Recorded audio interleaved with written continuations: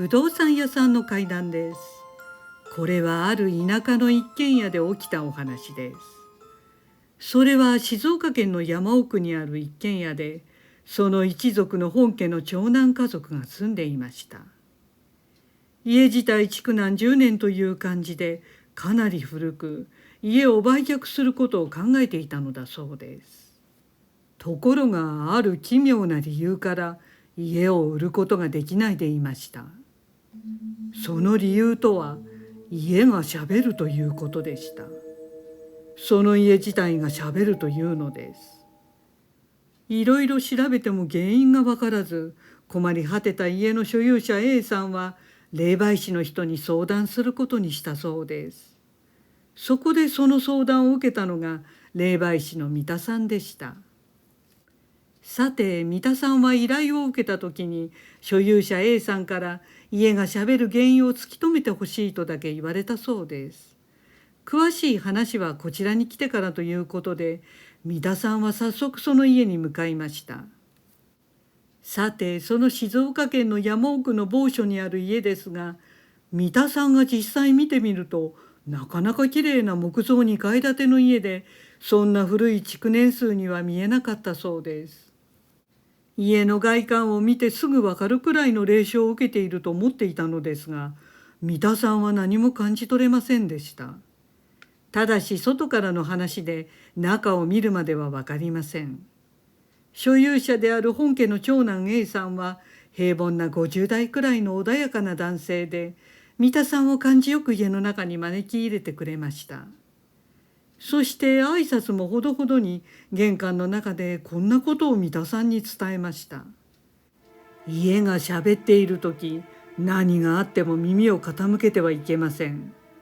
そう真剣に一言忠告した上で、さあどうぞと家の中を案内してくれたそうです。家の中はというと、きちんとところどころ改装もされていて、フローリングも新しく、壁も昔の素材でしたが、いまだにきれいな状態でした。一通り家の中を見終わりましたが、三田さんはどこからも何も聞こえませんでした。そしてこんな雰囲気の良い家のどこに霊障が起きているのかと不思議なくらいだったそうです。三田さんは少し拍子抜けしたのですが、所有者 A さんに率直に聞いてみました。その家がしゃべるというのはどこからですかと尋ねると、 A さんはしゃべっているのは家の屋根裏なんだよということでした。え、屋根裏？その時三田さんは変だなと思ったそうです。2階に上がった時、そんな屋根裏に続く階段などどこにもなかったようなと不可解でした。すると A さんがこっちですと言って1階の奥の部屋の天井を指さしました。そこにははめ込みの板があり、 A さんが板の蓋についている紐を引っ張ると屋根裏部屋に続くはしごが出てきたそうです。それを見て三田さんはぞっとしました。心の中でここは隠し部屋だったのだなと思いました。そしてそう思った途端、その屋根裏部屋から早速話し声が聞こえてきたのです。それは男女のいろいろな声で何か雑談をしているように聞こえたそうです。三田さんはなるほどこれかと思いました。A さんは三田さんにどうぞと言って上に上がるように促したのですが、三田さんは上に上がるのを躊躇しました。その聞こえてくる声には叫ぶような甲高い声もあり、不吉な何かを感じたからでした。ただもうここまで来てしまった手前、調査しなくてはなりません。仕方なく恐る恐る三田さんは屋根裏部屋に上がっていきました。するとそこは話し声だけがするガランとした荷物も家具も何もない部屋でした。音楽を聴く機材や電子機器などがあれば、ラジオや無線を拾ってしまい、それが聞こえるということもありえますが、空っぽでゴミ一つ落ちていないのです。そして気がつけば、肝心の所有者の A さんは上がってこなかったのです。三田さんに先に行かせて、本人は下で待っています。でもこういうことに慣れている三田さんは気にせず、一人で詩を始めました。しばらくその声だけが響く部屋でじっと集中していたそうです。そして話し声は土壁から聞こえていることに気がつきました。その土壁は一部が崩れて壁の中がむき出しになっていました。どうやら声はその崩れた部分の周辺から聞こえてくるようでした。そこで三田さんは1階で待機している A さんに、ほんの少し土壁を削ってみてもよいか大きい声で尋ねました。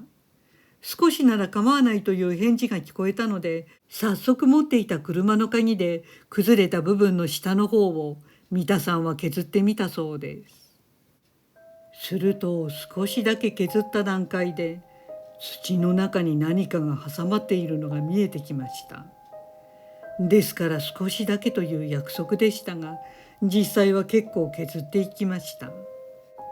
そしてついに三田さんは、ああこれかと分かったそうです。壁の中から見えたものは蛇の化石のようなものでした。三田さんはおそらくこの壁を塗るときに蛇を埋め込んだのだろうと思ったそうです。すると三田さんには他にも気になるところが蛇のそばにあり、そこも少しだけ削ってみたところ、人間の髪の毛が埋まっていました。たまたま塗り壁の作業中に髪の毛が入ってしまったのかもしれません。でも三田さんの脳裏には呪いという文字が思い浮かんだそうです。そしてゆっくり三田さんの背中に冷たいものが走っていきました。すると真後ろからゴトンという音がしたのです。はっとして三田さんが振り返ると、一見変わったところはなく、何の音だったのか分かりませんでした。すると今度は突然天井から小さなものが落ちてきました。そしてゴトンと音を立てて、それは床に転がったそうです。三田さんがびっくりして何だろうとよく見てみると、それは人形の首でした。小さなひな人形くらいの首に見えました。さっきの音も同じような人形の首が落ちた時の音だったようで、気がつくと2つの首が転がっていました。三田さんはすぐその首が落ちてきた天井付近を見たそうです。するとそこには屋根裏の梁があったのですが、その梁の上に10体くらいの人形の首が並べて置いてありました。でもなぜそんな人形の首だけをいくつも梁に置いていたのかが謎でした。すると土壁の中から聞こえてくる声とは別に、今落ちた人形の首からまるで人形が喋っているかのように声が聞こえてきました。この家の持ち主の一族を呪ってやる。三田さんの霊を聞く耳にはそう聞こえたそうで、旋律が走りました。三田さんはこの家の所有者の一族を呪っている何者かが土壁に老術の一式をそっと忍ばせ、また人形に魂を入れて梁に隠しておいたのではと思いました。そして早くこの不吉な部屋から出なくてはと、三田さんは急いではしごを降りたそうです。さて、1階で所有者の A さんが三田さんを待っていました。A さんは、どうでしたか？何か分かりましたか？と少し興奮した感じで聞いてきました。せかされた三田さんは正直に感じたものを話すべきだと思ったそうです。そこで土壁の中と天井の梁で見つけたもののことを話すと、A さんの顔つきにかすかな剣が現れたように感じました。三田さんは続けて、おそらくなのですが、この家の所有者の一族に呪いがかかっているようです。誰かが一族を呪っているということです。と伝えました。すると穏やかに見えた所有者の A さんがみるみる豹変し、顔を真っ赤にして烈火のごとく怒り出したのです。そんなわけない。うちら家族に恨まれる者は誰もいない。バカバカしい。そもそも家がしゃべるということと呪いと何の関係があるんだ。そう言ってこの依頼事を打ち切りにするとまで言い出しました。もうこうなってしまうと三田さんにも手に負えませんでした。霊媒師にとってはまず自分と依頼者との信頼関係がなければ除霊でもお祓いでも先には進めないのです。そんなわけで三田さんはこの件から手を引かざるを得ませんでした。今から思えばあの土壁の一部だけが最初から崩れていたのも誰かが削った跡だったのかもしれません。さてその後のことです。風の便りで聞いたそうなのですが、三田さんの知り合いの霊媒師がこの A さんの件を引き継いだようでした。その知り合いの霊媒師は現場を調査しましたが、やはり何もしないで帰ったということでした。そしてその家は未だに売れていないということでした。ご視聴ありがとうございました。よろしければチャンネル登録といいねボタンをお願いします。